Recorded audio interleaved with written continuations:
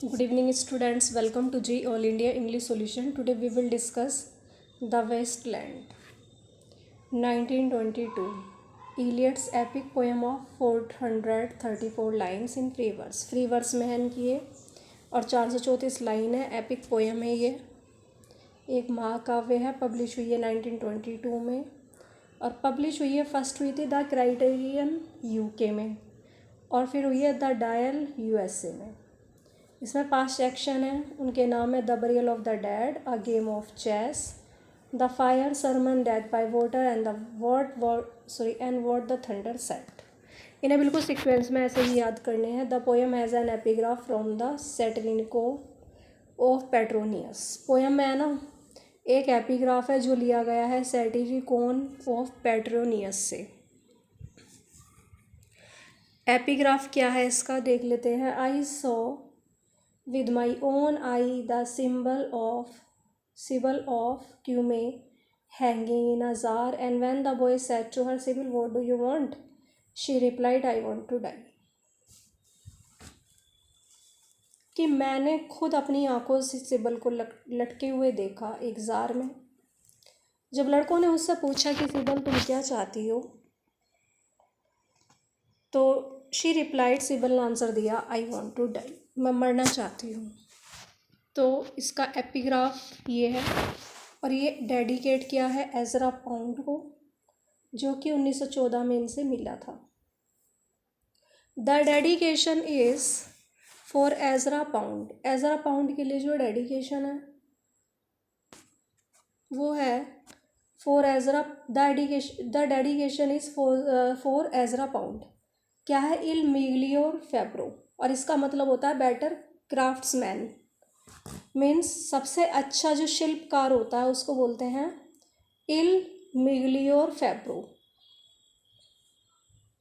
इसका मतलब है द बेटर क्राफ्ट्समैन. क्राफ्ट्समैन मतलब शिल्पकार.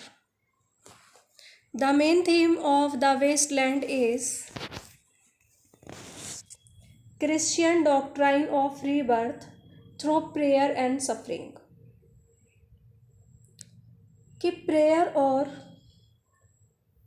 दुखों के थ्रू क्रिश्चियन सिद्धांतों का पुनर्जन्म इसकी थीम है. The poem begins. पोएम शुरू होती है, April is the cruellest month and ends with shanti shanti shanti. Tiresias इसके नरेटर हैं और वो हर्माफ्रोडाइट हैं. हर्माफ्रोडाइट मतलब होता है जिसमें मेल के गुण भी हो और फीमेल के गुण भी हो. The burial of the dead which refers to the fertility of taken from Frazer's the golden बो.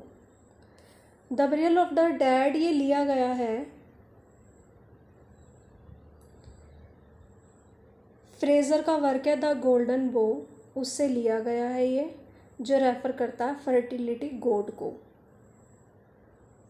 बरियल ऑफ द डेड किसको रेफर करता है? ये फर्टिलिटी गॉड्स को. The title a game of chess ये लिया गया है from Middleton's play women beware women, कि औरतों से सावधान रहो. ये मिडल्टन का प्ले है. ये वीमेन बिवेयर वीमेन ये लिया गया है किसके लिए? अ गेम ऑफ चेस के लिए. द फायर सरमन ये टाइटल है, ये लिया गया है लॉर्ड बुद्धा से. नेक्स्ट है the burial of the dead refers to the spiritual decadence. ये दिखाता है आध्यात्मिक डेकाडेंस को और वेस्टलैंडर की मृत्यु को. Waste land follows the legend of the Holy Grail. Holy Grail की पौराणिक कथा को ये क्या करते हैं? वेस्टलैंड फॉलो करते हैं. और फिशर किंग की. Eliot gives the title. देखो सबसे पहले ये टी.एस. इलियट इसको टाइटल देना चाहते थे वेस्टलैंड को, ही do the police in different voices. He do the police in different voices, but उन्होंने चेंज कर दिया इसे वेस्टलैंड पे.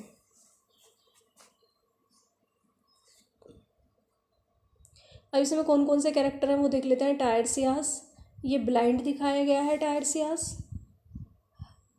और इनमें मेल और फीमेल दोनों के ही गुण पाए जाते हैं. मैडम सोसोस्ट्रिस है, क्लेयरवॉयंट है, ये भविष्यवक्ता है। स्टेटसन है, मिस्टर यूजिनिडस है, फ्लेबस है, फ्लोमल, मैरी हियासिंथ गर्ल, लिल और एल्बर्ट की स्टोरीज में दिखाई गई है।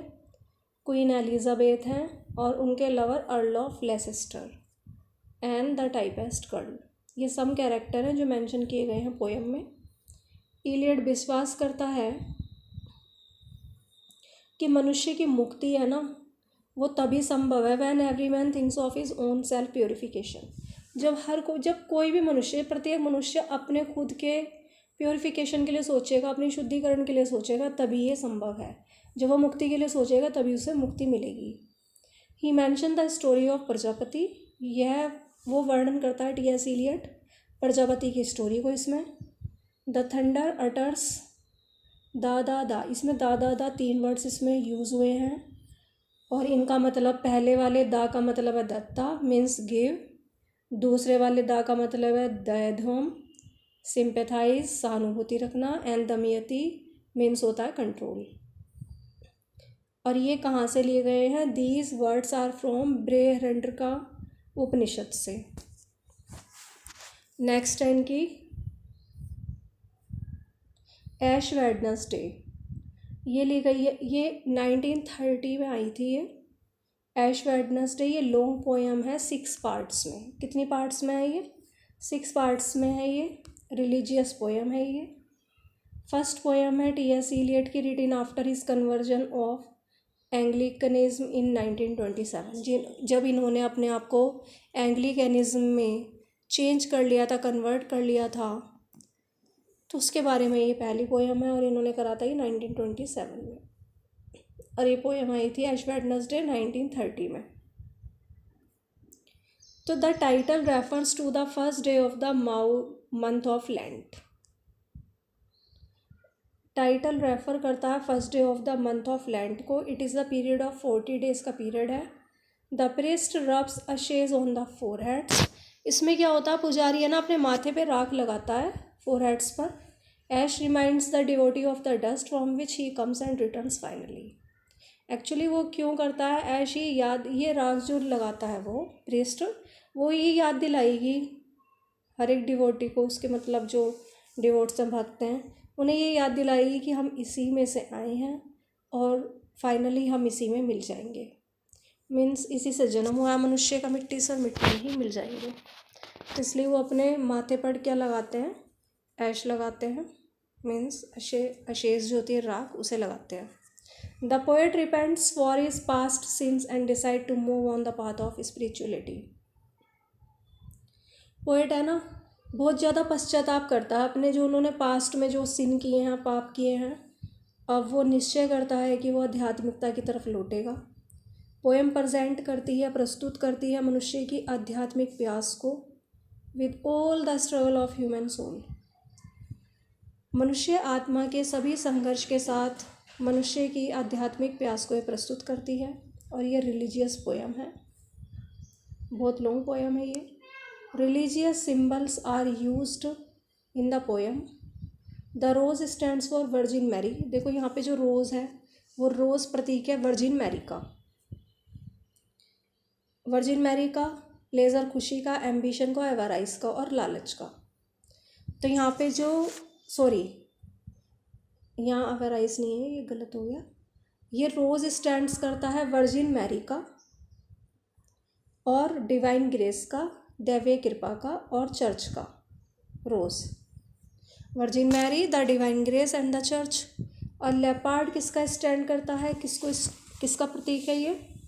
लेपार्ड प्लेजर का, खुशी का, महत्वाकांक्षा का और लालच का।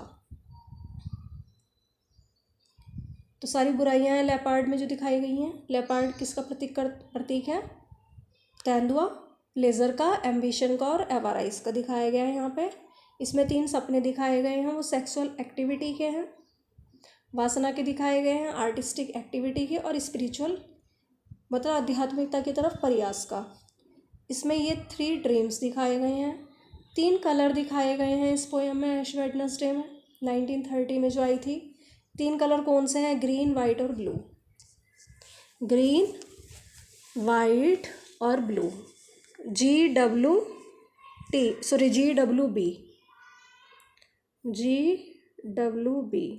Green white blue. अब ग्रीन किसका प्रतीक होता है? होप का, आशा का प्रतीक होता है। और वाइट प्योरिटी का प्रतीक होता है। और जो ब्लू है वो हेवनली थिंग्स का प्रतीक होता है। नेक्स्ट वर्क है इनका मर्डर इन कैथेड्रल, प्ले है इनका ये, और ये वर्स प्ले है इनका, पोएम भी है ये और प्ले भी है। तो ये फर्स्ट परफॉर्म किया गया था 15 जून 1935 में। इसमें वर्णन करा जाता है assassination of archbishop Thomas Becket in Canterbury cathedral in 1170 by Henry second of England. Assassination मतलब होता है जब राजनीतिक कारणों से किसी की हत्या कर दी जाए, तो that is called assassination, S-S-enation. तो ये वर्ड आया भी है, इसकी स्पेलिंग अच्छे से याद कर लेना। एसासिनेशन, राजनीतिक कारण से मर्डर होना किसी का। तो ये वर्णन करता है किसका?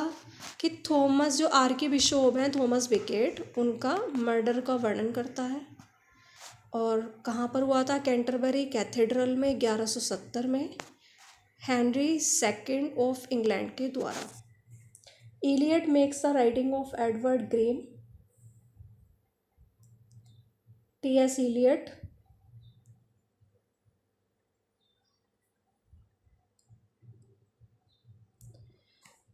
Eliot makes the writing of Edward grim.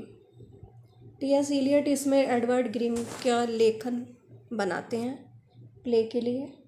Beckett's internal, baked का जो यहाँ पे आंतरिक संघर्ष है वो फोकल पॉइंट बन जाता है प्ले का।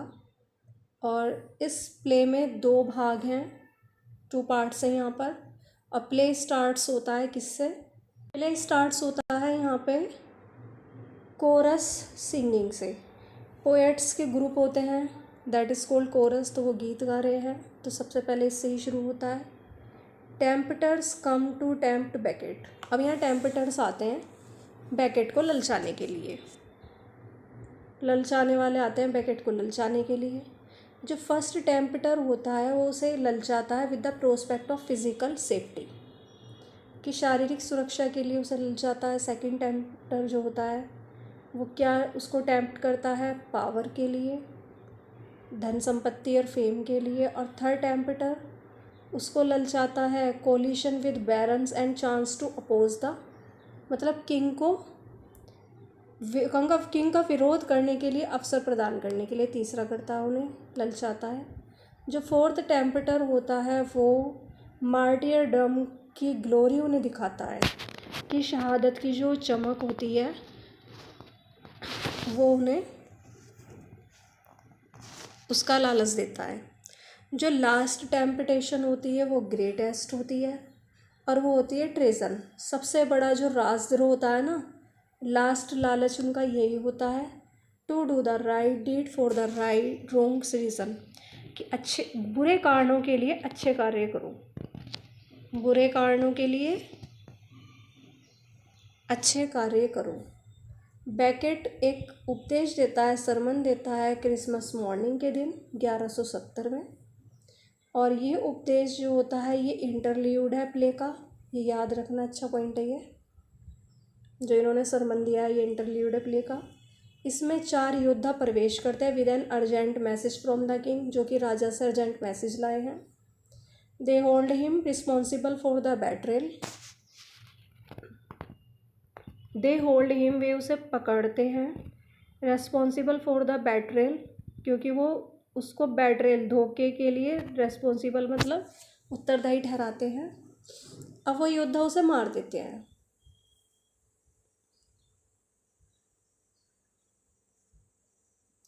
अब they defend their action of killing, और वो डिफेंड करते हैं अपनी, जो उन्होंने वो उसको मारा है उस चीज़ को वो डिफेंस भी करते हैं।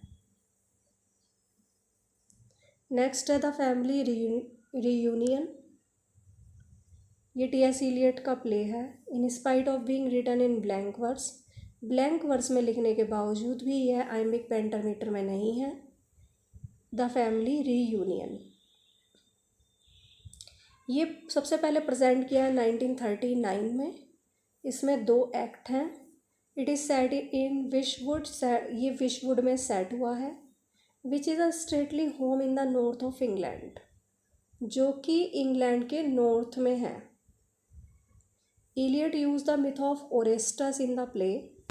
टी.एस. इलियट यहाँ पर प्ले में है ना ओरेस्टस की पौराणिक कथाओं का यूज़ करते हैं। All the family of members of Amy gather to celebrate her birthday.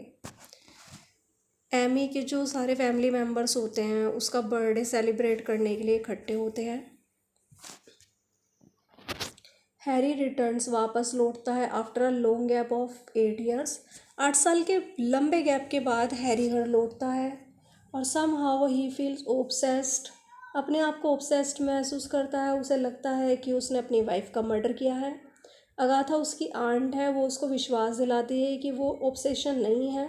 It is the obsession that he has got from his father, ये तो उसे उसके फादर से ही मिला है। His father wanted to kill his wife, उसके पिताजी है ना उसकी अपनी मतलब पत्नी को ही मारना चाहते थे जब हैरी वोम्ब में था, अपनी माँ के कोख में था।